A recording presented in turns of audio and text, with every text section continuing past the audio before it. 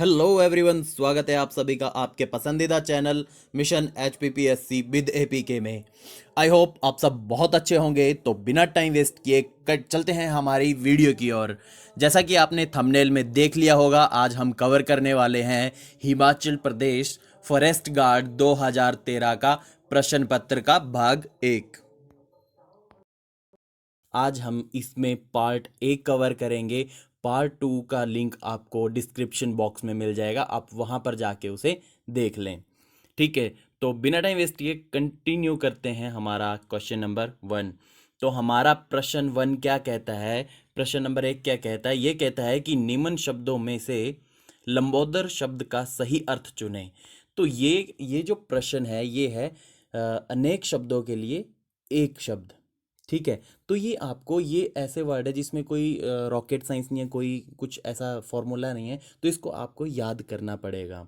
तो एक तो आपको अनेक शब्दों के लिए एक जो शब्द होते हैं उन्हें याद करना पड़ेगा। ठीक है, तो लंबोदर किसके लिए इस्तेमाल किया जाता है? लंबे पेट वाले के लिए। तो इसका राइट आंसर होगा ऑप्शन बी। लंबे पेट वाले को क्या कहते हैं? लंबोदर। अगला प्रश्न है, निम्न शब्दों में से जगत प्लस नाथ संधि छेद का सही शब्द चुने। ये हमने जब 2019 का क्वेश्चन पेपर सॉल्व किया था उसमें भी मैंने संधि विच्छेद के बारे में आपको बताया था। अभी फिर से बता देता हूँ।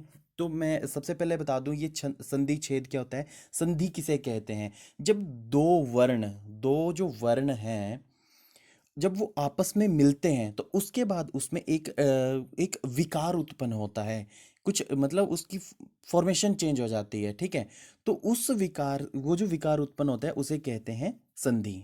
ठीक है, अब आपको बता दूं कि संधि जो है वो इसके संधि के 3 भेद है। जरूरी नहीं यही प्रश्न पूछा जाए, प्रश्न कुछ और भी पूछा जा सकता है। जैसे पूछ सकते हैं कि संधि के कितने भेद हैं, स्वर संधि के कितने भेद हैं। ठीक है, तो इसलिए हम आपको इन डिटेल बताते हैं हमेशा ही। तो मैं आपको बता दूं संधि के 3 भेद है। कौन कौन से? स्वर संधि, व्यंजन संधि और विसर्ग संधि। अब ये स्वर संधि क्या चीज़ है मैं आपको थोड़ा सा ऐसे बताता हूँ ओवरव्यू। जब स्वर और स्वर मतलब स्वर के साथ साथ जो है स्वर का मेल होता है और उसके बाद विकार उत्पन्न होता है, उसे कहते हैं स्वर संधि। स्वर संधि के 5 भेद हैं: दीर्घ संधि, गुण संधि, यण, वृद्धि और अयादि संधि। ठीक है, उसी तरह से व्यंजन संधि क्या होती है? व्यंजन संधि जब व्यंजन के साथ व्यंजन के मेल होता है तो उसे व्यंजन संधि कहते हैं। ठीक है, अब जो हमारा अगला है विसर्ग संधि। अब ये विसर्ग क्या चीज आ गई? तो जब स्वर या व्यंजन के मेल से जो विकार उत्पन्न होता है, ठीक है, ऐसा नहीं है स्वर के साथ स्वर, व्यंजन के साथ साथ व्यंजन। जब स्वर के साथ व्यंजन या व्यंजन के साथ स्वर के जो मेल होता है उससे जो विकार उत्पन्न होता है उसे विसर्ग संधि कहते हैं। ठीक है, अब इसका एक्सप्लेनेशन मैं देता हूं कि जगत प्लस नाथ, इसका राइट आंसर क्या होगा। ठीक है, तो इसके कुछ रूल्स हैं, संधियों के कुछ रूल हैं। मैंने बोला था कि अगर आप इस पे जो है अलग वीडियो चाहते हैं तो मैं उस पे वीडियो बना दूंगा, सारे रूल्स आपको बता दूंगा। ठीक है, तो इसका रूल क्या कहता है कि अगर क, च, ट, त, प, आपको पता है क वर्ण च वर्ण, ठीक है, उसकी क ख ग घ ण उसी तरह से। ठीक है, त थ द ध न, तो क्या बोलता है कि क, च, ट, त, प के बाद अगर न या म हो तो ये जो क, च, ट, त, प होता है इसकी जगह जो मैं आपको ऐसे बताता हूँ। अगर क, च, ट, त, प ये हो, ठीक है, ये हो, और उसके बाद डायरेक्ट बात क्या हो? न या म हो।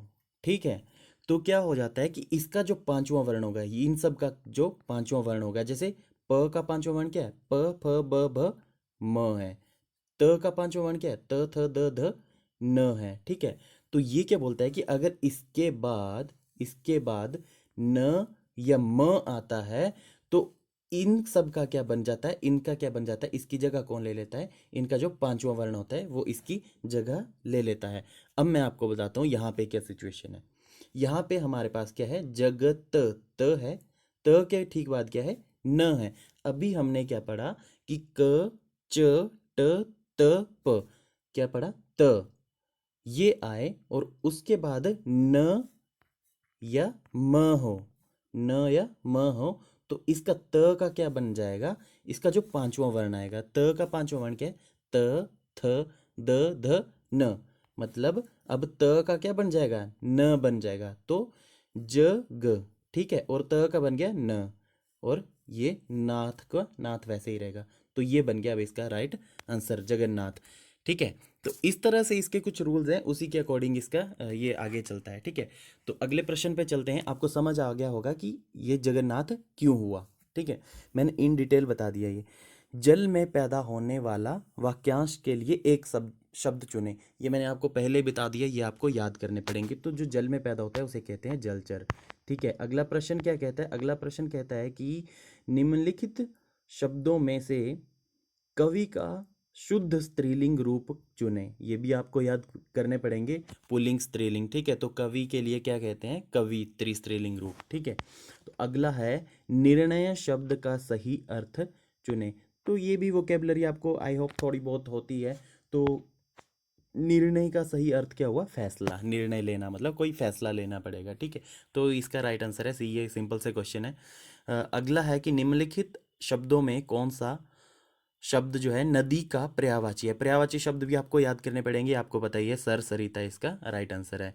हरि मुझे आम देगा, तो आपको जो तीन काल हैं, तीन ही काल हैं, ये आपको पता है, वर्तमान, फिर भविष्य और भूतकाल। ठीक है, तो ये आपको पता ही है, अगर कोई चीज़ हो चुकी है तो उसे भूतकाल कहते हैं, जो प्रेजेंट में हो रहा है उसे वर्तमान कहते हैं, प्रेजेंट कहते हैं, और जो होने वाला है उसे भविष्य कहते हैं। तो ये बोल रहा है कि हरि मुझे आम देगा, ये भविष्य की बात कर रहा है, तो इसमें कौन सा काल है, भविष्य काल है। ठीक है, अगला प्रश्न है त वर्ण का उच्चारण स्थान कौन सा है। आपको ये उच्चारण स्थान भी याद करने होंगे। आपको पता है जो हमारी हिंदी वर्णमाला है, ठीक है, हिंदी वर्णमाला में उच्चारण के आधार पर दो भेद हैं, ये भी याद कर लीजिए जो मैं आपको बता रहा हूँ।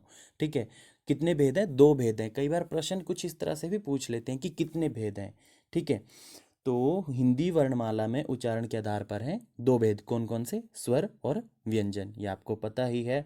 ठीक है, 11 स्वर हैं, 33 व्यंजन है, इस तरह से।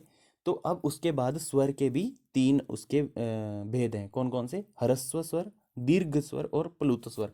अब आप बोलेंगे ये ह्रस्व दीर्घ प्लुत ये क्या चीज़ आ गई, तो मैं आपको बता दूं, ह्रस्व वो शब्द होते हैं, वो वर्ण होते हैं, माफ कीजिएगा, ह्रस्व वो वर्ण होते हैं जिन्हें बोलने में एक मात्रा का समय लगे, मतलब एकदम से बोलते हैं, जैसे छोटी ई है, ई, ठीक है, ई, उ, ठीक है, तो जिन्हें एक मात्रा का समय लगे उन्हें ह्रस्व स्वर कहते हैं, जिन्हें बोलने में दो मात्रा का समय लगे उसे कहते हैं दीर्घ स्वर। और प्लुत कौन से होते हैं, प्लुत होते हैं तीन मात्रा का, जैसे हम किसी को आवाज लगाते हैं, कहीं कोई दूर है, हो, ए, अरे, ठीक है, उसे जिसे बोलने में तीन मात्रा का समय लगे उसे प्लुत स्वर कहते हैं। अगला है हमारे पास व्यंजन, व्यंजन के भी तीन भेद हैं। ठीक है, इनका उच्चारण किस तरह से करते हैं उसके आधार पर तीन भेद हैं इसके। जैसे आ गया स्पर्श वर्ण, जो जिन वर्णों का उच्चारण करते समय हमारी जो जीभ है, हमारी जो जीवा है, वो कहीं ना कहीं स्पर्श करती है। आपको पता ही है, कंठ में तालु, मूर्धा, दंत, ओष्ठ, कहीं ना कहीं वो जो स्पर्श कहती करती है उसे कहते हैं स्पर्श वर्ण। तो वो कितने हैं, 25 हैं। ठीक है, फिर आ गया अंतःस्थ, य र ल व, ये आगे अंतःस्थ ऊष्म, जिसमें जिनका उच्चारण करते समय ऊष्मा निकलती है। ठीक है, एक गरम जैसी सांस निकलती है, तो वो स श श ह। ठीक है, ये वर्ण है। अब हमारे पास प्रश्न क्या है कि त वर्ण का उच्चारण स्थान कौन सा है। आपको हिंदी वर्णमाला याद होनी चाहिए। आपको पता है पहले क वर्ण आता है जिसमें क ख ग घ ण आता है, ठीक है, उस तरह से च वर्ण आता है, उसके बाद ट, फिर त और फिर प, त थ द ध न प फ ब भ म। तो ये याद कर लीजिए, आपको इसको शॉर्ट में याद कर सकते हैं, क च ट त प। ठीक है, आप इसको इसी इसमें याद रखिए फॉर्म में, क च ट त प, और उसी फॉर्म में इनके जो स्पर्श स्थान है वो याद रखिए। सबसे पहले आता है कंठ, तालु, मूर्धा, दंत, मतलब क वर्ण के लिए कंठ, च वर्ण के लिए तालु, मतलब च वर्ण जितने भी आएंगे वो सारे तालु से, तालु में उनका क्या होता है, उच्चारण स्थान होता है। ट वर्ण के लिए मूर्धा, त वर्ण के लिए दंत। तो तो यहाँ पे क्या दिया गया है हमारे पास, त वर्ण का उच्चारण स्थान कौन सा है, वो है दंत। दंत में कौन कौन से आएंगे हमारे, त, थ, द, ध, न। ठीक है, तो आई होप ये भी आपको समझ आ गया होगा। तो नेक्स्ट चलते हैं कि निम्न वाक्यों में से शुद्ध शुद्ध वाक्य चुने। तो शुद्ध वाक्य इसमें से आप चुन सकते हैं, बड़े आराम से पता चल जाता है, और जो बोलने में अजीब लगता है, ठीक है, मैंने घर नहीं जाना है, ये थोड़ा अजीब है, मैं घर नहीं जाना है, ऐसे कौन बोलता है, मैं घर नहीं जाना है, मुझे घर नहीं जाना है, ये सही वाक्य है, मुझको घर नहीं जाना है, ठीक है, ये तो ये सिंपल सा है, सी इज द राइट आंसर।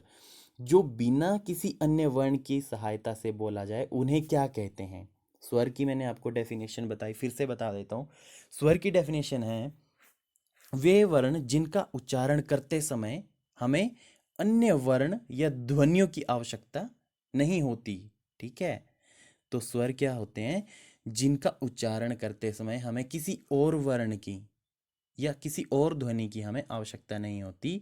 ठीक है, उसे क्या कहते हैं, स्वर कहते हैं। स्वरों का उच्चारण करने के लिए जो है वो सांस जो है कहीं भी अटकती नहीं है, मुख से निकलते समय वो अटकती नहीं है, आ ई ये कहीं नहीं अटकती।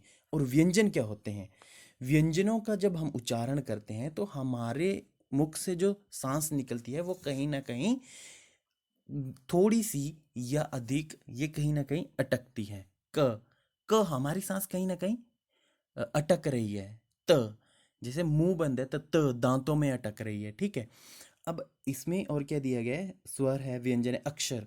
अक्षर क्या होते हैं, अक्षर वे होते हैं जिनकी छोटी से छोटी ध्वनि का खंडन नहीं हो सकता, मतलब उसे उसके हम टुकड़े नहीं कर सकते। ठीक है, उसे अक्षर कहते हैं।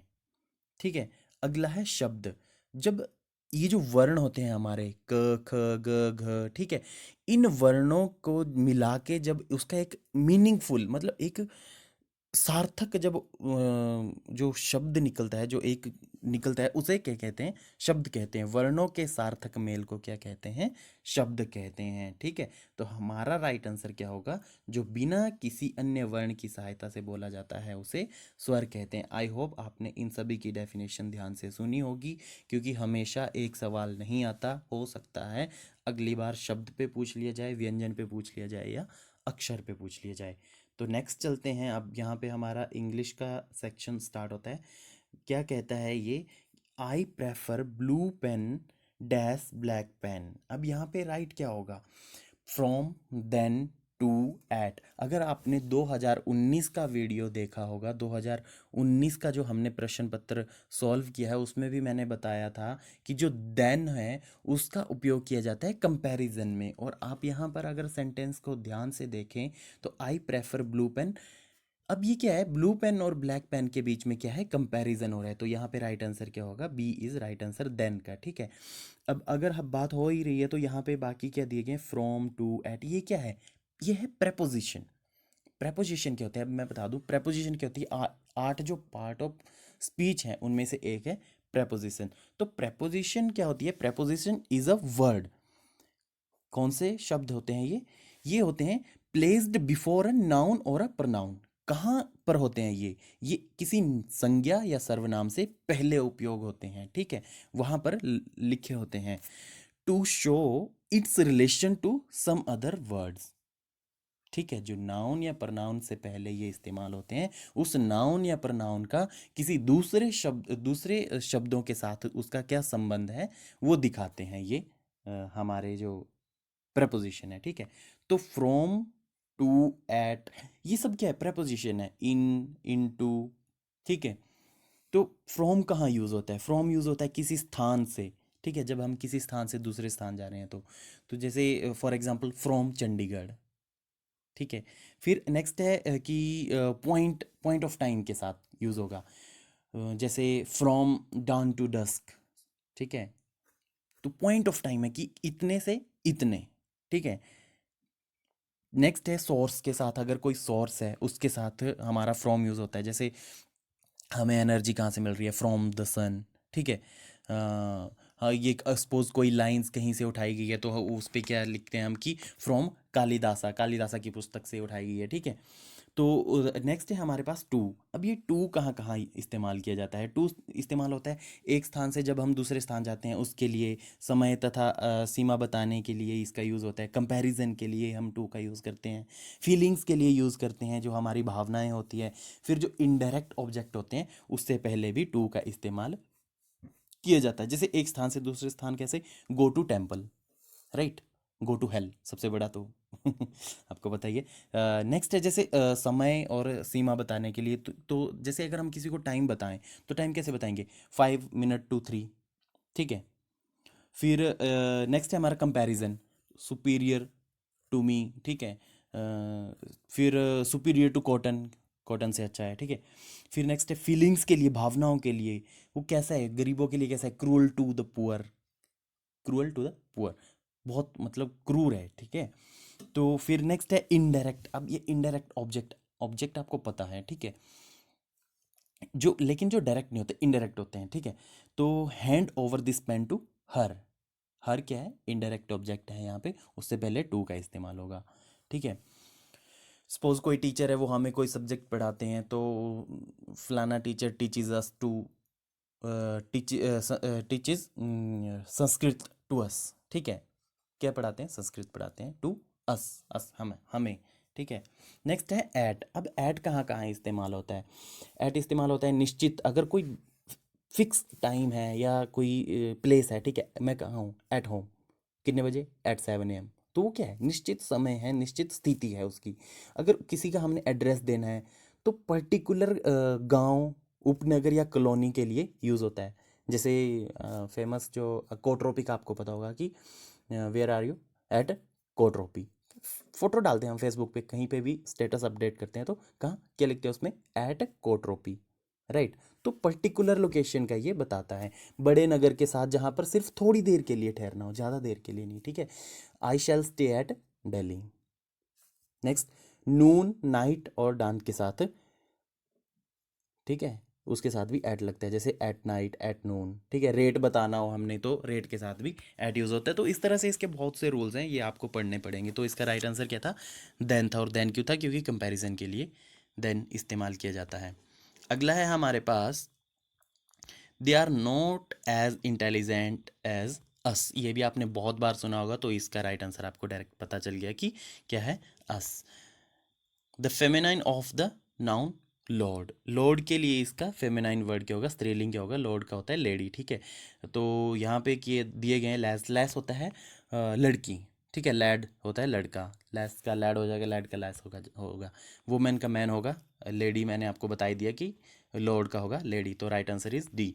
How many vowels are there in outstandings. अब इंग्लिश के जो, अंग्रेजी की जो वर्णमाला है उसमें 26 लेटर्स हैं, वर्ण हैं, आपको पता ही होगा, ए से लेके जेड तक, उसमें से 5 वोवल है, व्यंजन जिसे कहते हैं, और बाकी के 21 क्या हैं, वो कॉन्सोनेंट्स हैं, ठीक है। तो 5 वोवल्स कौन कौन से हैं, ए, ई, आई, ओ, यू, ठीक है। तो इसमें से जो आउटस्टैंडिंग यहाँ पे शब्द दिया गया है, वर्ड दिया गया है, उसमें कितने वोवल्स हैं, तो यहाँ पे ओ, यू, ए, आई, ये क्या हो गए, हमारे वोवल्स हैं यहाँ पे। तो कितने हो गए ये, 1 2 3 4, तो ए इज राइट आंसर, ठीक है।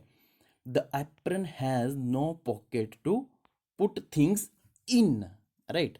तो इसमें राइट, इसमें इसमें भी आपको डायरेक्ट पता चल रहा है कि कौन सा राइट आंसर होगा, कि द एप्रन, एप्रन क्या होता है, जब हम, जो कुक होता है, कुक जब खाना बनाता है, शेफ जब खाना बनाते हैं, तो वो जो कपड़े गंदे ना हो उसके लिए जो कपड़ा आगे इस्तेमाल किया जाता है उसे कहते हैं apron. The apron has no pocket to put things in, वस्तुओं को अंदर डालने के लिए उसमें क्या है, जेब नहीं होती है। तो right answer is C, this is simple, कोई रॉकेट साइंस नहीं है इसमें। Choose the correct one. Ganga क्या है, एक हॉली रिवर है, ठीक है। तो इसके साथ सिंपल सा है, ए एन कहाँ इस्तेमाल होता है, तो इसका राइट आंसर सी है, इसमें भी कोई रॉकेट साइंस नहीं है ज़्यादा। तो right answer is C. Choose the correct correct meaning of the word in italics, italics में जो ये वर्ड दिए गए हैं इसका राइट आंसर क्या होगा, करेक्ट मीनिंग क्या होगा, शी फेल्ट मोरोस। अब मोरोस क्या होता है, मोरोस होता है उदास, ठीक है। तो आपको पता ही है सैड, सैड का मतलब क्या होता है, उदास, तो इसका राइट आंसर है इज सैड, ठीक है। शी फेल्ट मोरोस, मोरोस मतलब उदास, ठीक है। तो नेक्स्ट है अनसर्टेन, अनसर्टेन का मतलब होता है ढुलमुल, ऐसे ही ढीला ढाला, ठीक है, कुछ खास नहीं। तो एनेक्सियस होता है चिंतित, हैप्पी होता है खुशी, आपको पता ही है। Choose the correct meaning of candid. ये कैंडिड क्या चीज आ गई, ठीक है। कैंडिड का मतलब होता है ईमानदार, तो यहाँ पे क्या दिया गया है, इम्पार्शियल, इम्पार्शियल मतलब जो किसी के साथ भेदभाव नहीं करता, ठीक है। स्ट्रेट फॉरवर्ड आप मोस्टली यूज़ करते हैं वर्ड। ऑनेस्ट, ऑनेस्ट आपको पता ही है ईमानदार होता है, तो कैंडिड का राइट आंसर हो जाएगा सी, सी इज ऑनेस्ट, ठीक है। जस्ट मतलब अभी अभी। You promised to come but you didn't turn up, इसमें भी ये भी आपने बहुत बार पढ़ा होगा, तो इसका right answer is a. What is the antonym of legal. Synonym antonym मैंने आपको बता दिया, जो बेसिक बेसिक होते हैं वो आपको याद करने पड़ेंगे। तो लीगल का तो ये तो सिंपल सा ही आपको पता ही होगा, लीगल का है illegal, B is right answer. अब यहाँ से कुछ गणित के गणित के सवाल आरंभ होते हैं। पहला सवाल क्या कहता है, ये कहता है कि volume of a cone of radius R is equal to. अब यहाँ पे आपको ये कुछ जो बेसिक फॉर्मूले हैं वो आपको याद करने पड़ेंगे, वहाँ से डायरेक्ट क्वेश्चन पुट हो जाते हैं कई बार, ठीक है। कई बार क्या, मैक्सिमम टाइम 2019 का जो हमने प्रश्न पत्र सॉल्व किया था उसमें भी हमने देखा बहुत से जो फॉर्मूले हैं वो इस्तेमाल किए गए हैं। तो वॉल्यूम ऑफ कौन क्या है, 1/3 पाई आर स्क्वायर एच, ये आपको फॉर्मूला याद करना पड़ेगा, कुछ नहीं है, सिंपल है, यहाँ से बड़े आराम से आपका एक नंबर बन जाएगा अगर आता होगा तो। नेक्स्ट है the amount of 7500 at compound interest. ध्यान रखना, सिंपल इंटरेस्ट और कंपाउंड इंटरेस्ट में अंतर है और उसके जो फॉर्मूले हैं वो भी अलग अलग है। ऑफ 4% पर एनम, ठीक है, 4% की दर से, ठीक है, फॉर 2 ईयर्स, कितने समय के लिए, 2 साल के लिए। तो अमाउंट कितना है, प्रिंसिपल कितना है, वो है 7500, यहाँ पे लिखा हुआ है प्रिंसिपल है यहाँ पे हमारे पास।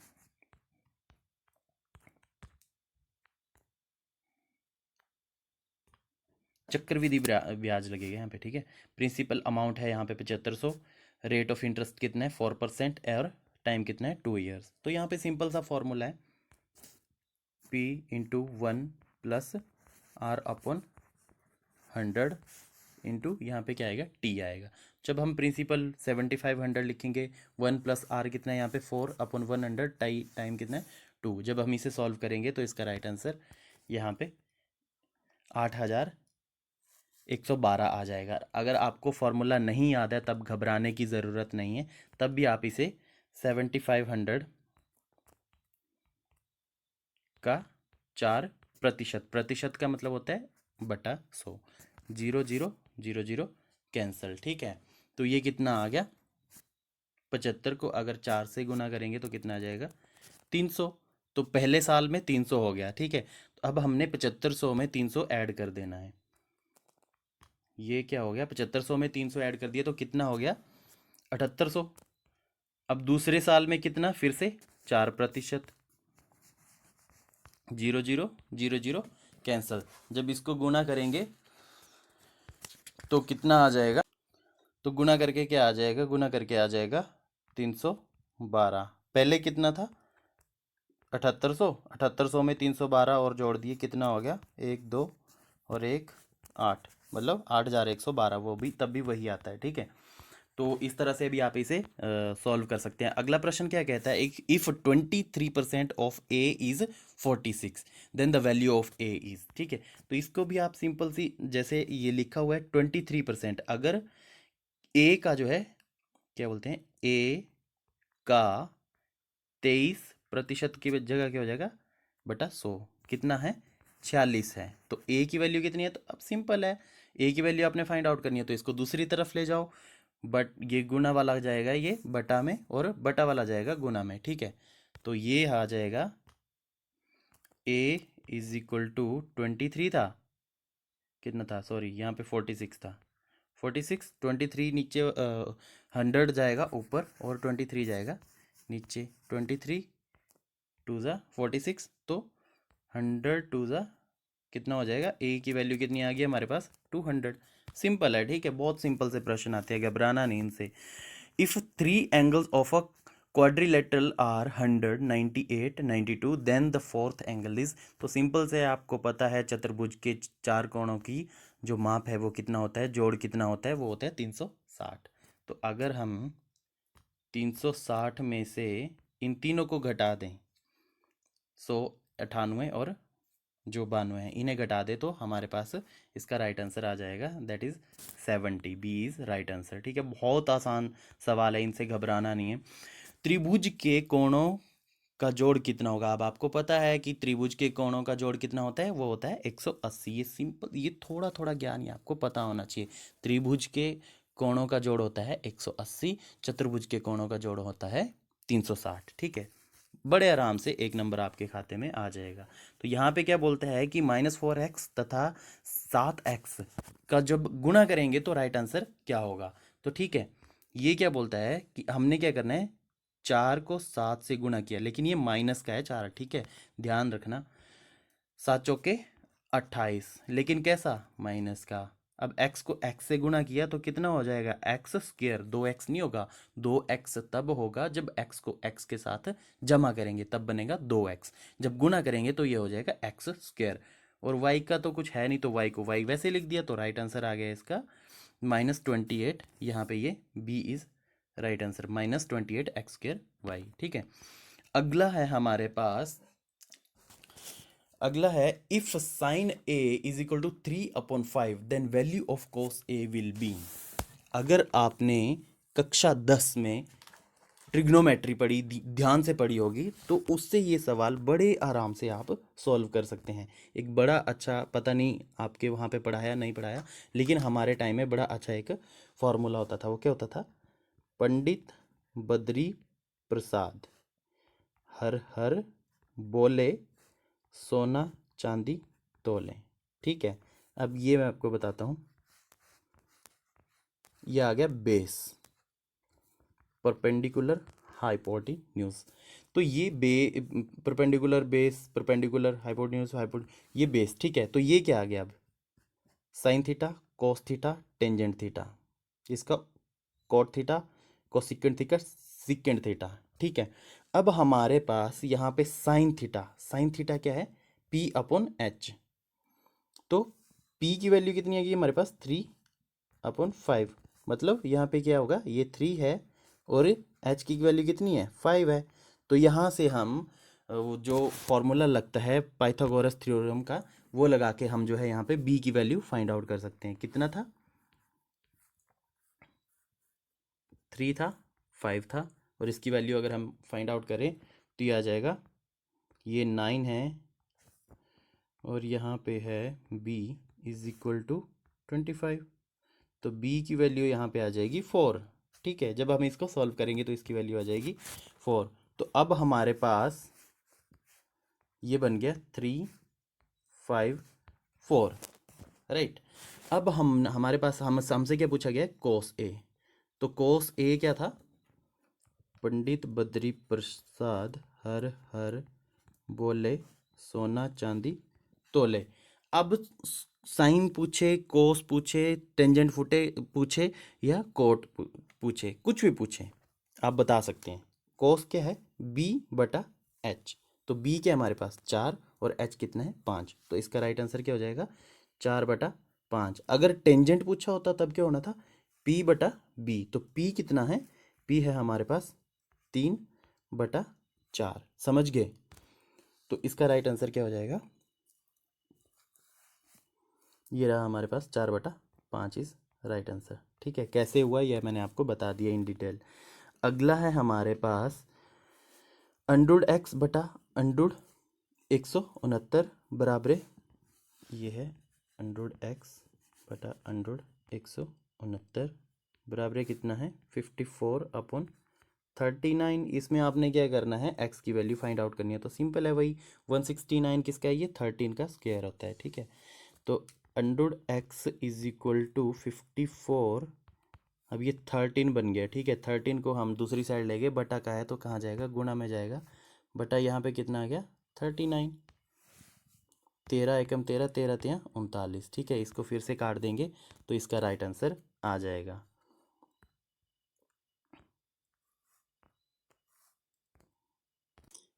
ठीक है, इसका राइट आंसर अपने आप आ जाएगा। इसका राइट आंसर होगा 324। अब आप बोलेंगे कैसे हुआ, मैं आपको बताता हूँ। ये है हमारे पास 100x, यहाँ पे हमारा क्या आ गया था 54, 13 और ये 39 था। 13 एकम 13, 13 तियाँ 39, ये 18 तियाँ 54। ठीक है, अंडरूड एक्स की वैल्यू आ गई हमारे पास 18। अब यहाँ से हमने अंडरूड हटा दिया तो यहाँ पे क्या लगेगा, स्क्वायर लगेगा। 18 18 कितने होते हैं 324। तो ठीक है, तो ये राइट आंसर हो जाएगा इसका डी, डी 324। अगला प्रश्न क्या कहता है, अगला प्रश्न कहता है कि एक जो इस्पात की तार है जो वर्गाकार में है, कोई यदि उसी तार को हमने क्या बना दिया, वृत्त का आकार दे दिया, तो अब उस वृत्त का क्षेत्रफल क्या होगा।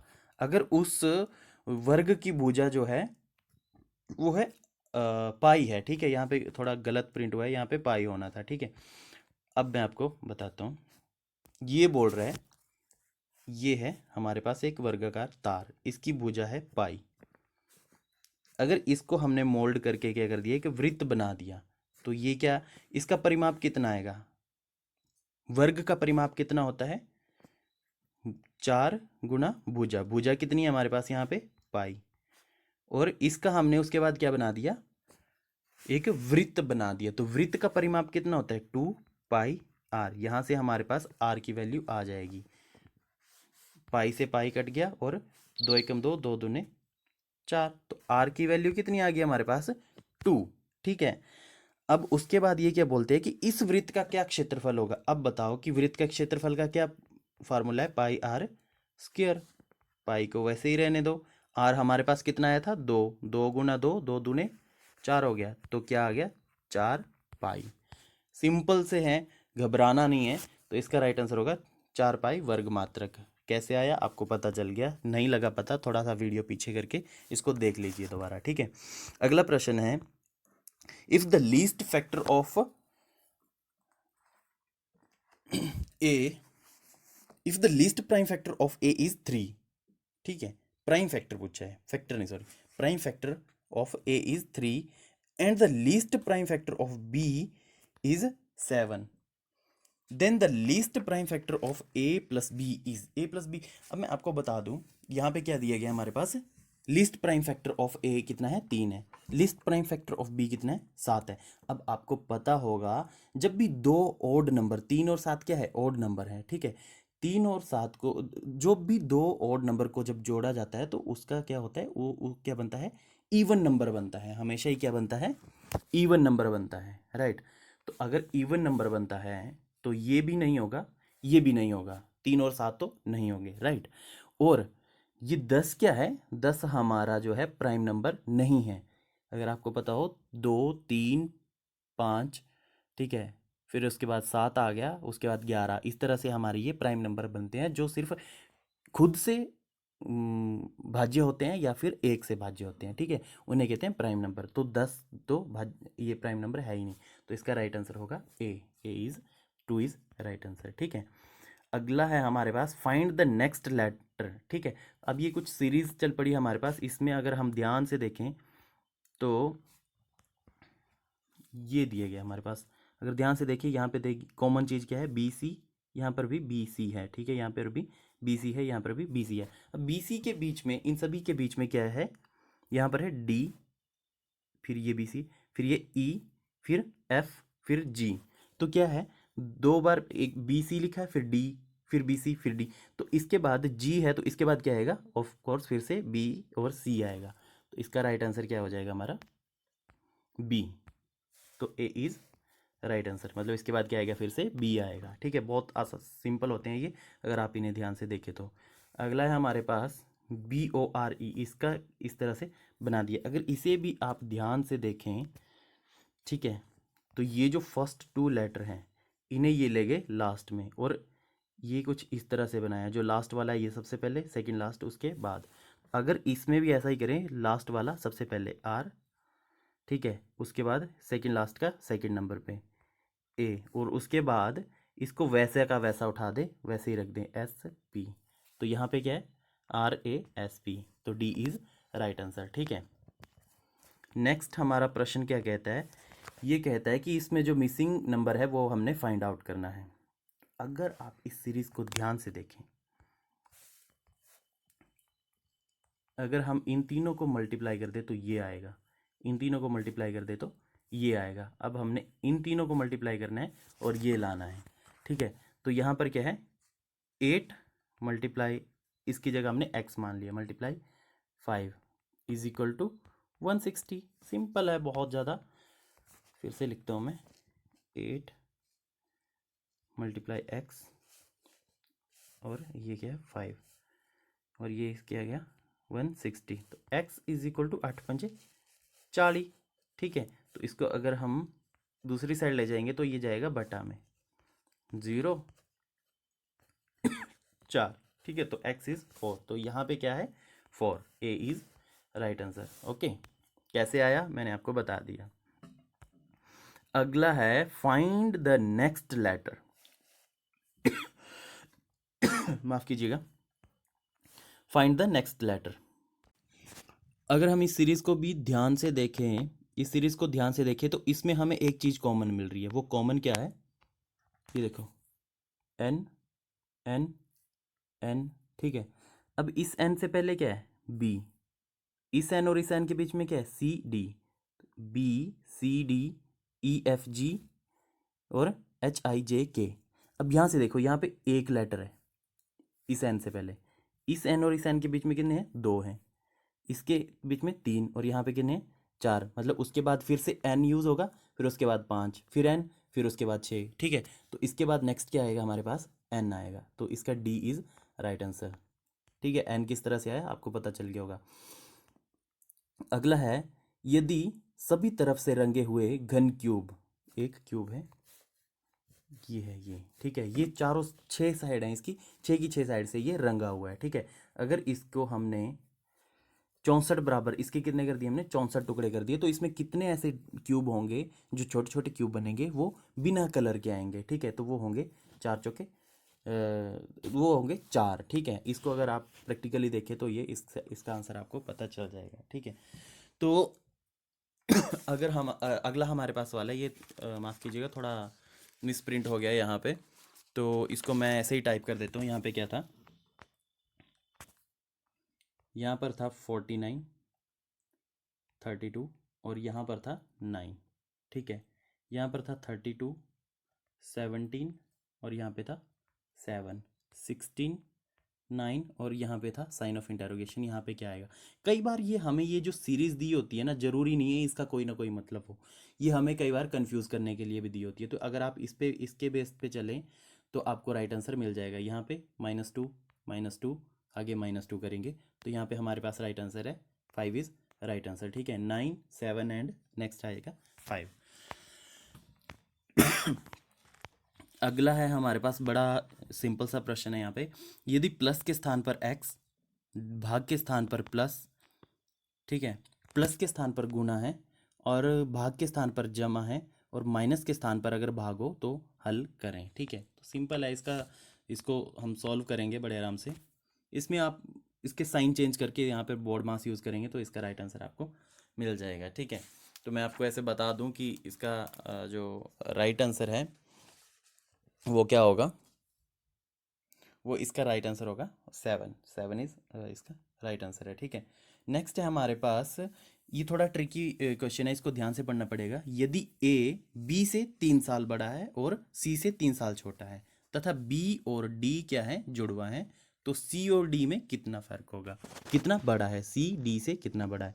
अब इसको ध्यान से पढ़िए, ये बोल रहा है कि यदि a जो है वो b से 3 साल बड़ा है, तो यहाँ पे हम सबसे पहले क्या करते हैं, b की आयु मान लेते हैं कुछ भी। सपोज हमने आसानी के लिए हमने क्या मान ली 10 साल, b कितना है हमारे पास 10 साल है। अब ये क्या बोल रहा है, यदि a जो है वो b से 3 साल बड़ा है, तो मतलब a की वैल्यू कितनी है हमारे पास, a की आयु कितनी होगी, अगर b 10 है तो a की होगी 13 साल क्योंकि वो 3 साल बड़ा है। यदि a जो है वो b से 3 साल बड़ा है और c से 3 साल छोटा है, क्या बोल रहा है कि b से 3 साल बड़ा है और c से 3 साल छोटा है, मतलब c की आयु a से 3 साल ज़्यादा है, कितनी है 16 है। उसके बाद क्या बोल रहा है कि बी और डी क्या है, जुड़वा हैं। अगर बी की आयु 10 है तो डी की भी कितनी होगी, ऑफ कोर्स 10 होगी, क्योंकि वो दोनों क्या है, जुड़वा हैं। अब ये क्या बोल रहा है, अगर तो फिर ये बताओ कि सी जो है वो डी से कितना बड़ा होगा। सी कितना है, 10 साल बड़ा है, ठीक है, सॉरी 16 साल का है, और डी कितने साल का है, 10 साल का है, तो कितने साल बड़ा हुआ, वो हुआ 6 साल बड़ा, ठीक है। तो इसका राइट आंसर क्या होगा, राइट आंसर यहाँ पे कौन सा है, ये रहा, बी इसका राइट आंसर होगा, कितने, 6 साल बड़ा है। अगला है, यदि एक पंक्ति में कोई पेड़ दोनों ओर से 5वें स्थान पर है, सपोज ये कोई लाइन है, अब ये बोल रहा है कि कोई एक पेड़ है वो जो अगर इस साइड से स्टार्ट करे तब भी 5वें स्थान पर आता है, इस साइड से स्टार्ट करे तब भी 5वें स्थान पर आता है। मतलब इस पेड़ के इस साइड कितने पेड़ हैं, 1 2 3 4 है, और इस साइड भी कितने हैं, 1 2 3 4। तो अब कितने हो गए टोटल, 1 2 3 4 5 6 7 8 9। तो इसका राइट आंसर क्या होगा, सी 9, ठीक है। सॉल्व करना है हमने 3 + 3 × 3। तो बोर्ड मास में आपको पता है सबसे पहले मल्टीप्लिकेशन होती है, ठीक है, उसके बाद क्या होती है, एडिशन होगी। तो 3 × 9 + 3, ठीक है। तो राइट आंसर इसका क्या होगा, 12, बी इज़ राइट आंसर। तो ये कुछ इसमें सवाल थे जो बड़े आसान से थे, ठीक है। तो ये हमने इन डिटेल इसको पढ़ा। पार्ट 2 का वीडियो जो है आपको डिस्क्रिप्शन बॉक्स में उसका लिंक मिल जाएगा। अगर आपको वीडियो पसंद आया तो इसको लाइक शेयर और सब्सक्राइब करना ना भूलें। Thanks for watching this video, God bless you all. Thanks for watching this video and don't forget to like, share and subscribe this channel. मिलते हैं अगली वीडियो में पार्ट 2 के साथ, तब तक के लिए जय Hind, God bless you all.